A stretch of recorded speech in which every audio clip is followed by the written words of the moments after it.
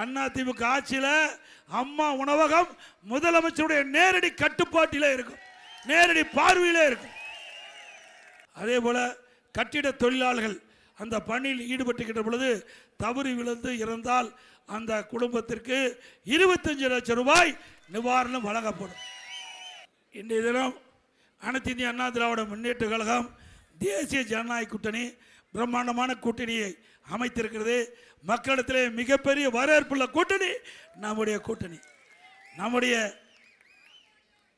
கூட்டணியின் சார்பாக கழகத்தினுடைய வேட்பாளராக காஞ்சிபுரம் சட்டமன்ற தொகுதியிலே முன்னாள் அமைச்சர் திரு வி சோமசுந்தரம் அவர்கள் நிறுத்தப்பட்டிருக்கிறார்.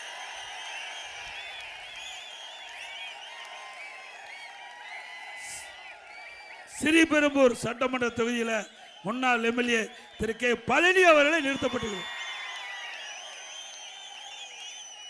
அந்த 2 பேர்களுக்கும் 2 கழக வேட்பாளருக்கும் இரட்டை சின்னத்திலே வாக்களிங்க. நம்முடைய சின்னம் புரட்சி தலைவர் எம்ஜிஆர் சின்னம், அம்மாவின் சின்னம், விவசாயியின் சின்னம், நெசவாளின் சின்னம், ஏழையின் சின்னம், வெற்றி சின்னம். இரட்டலைக்கு வாக்களியுங்கள்.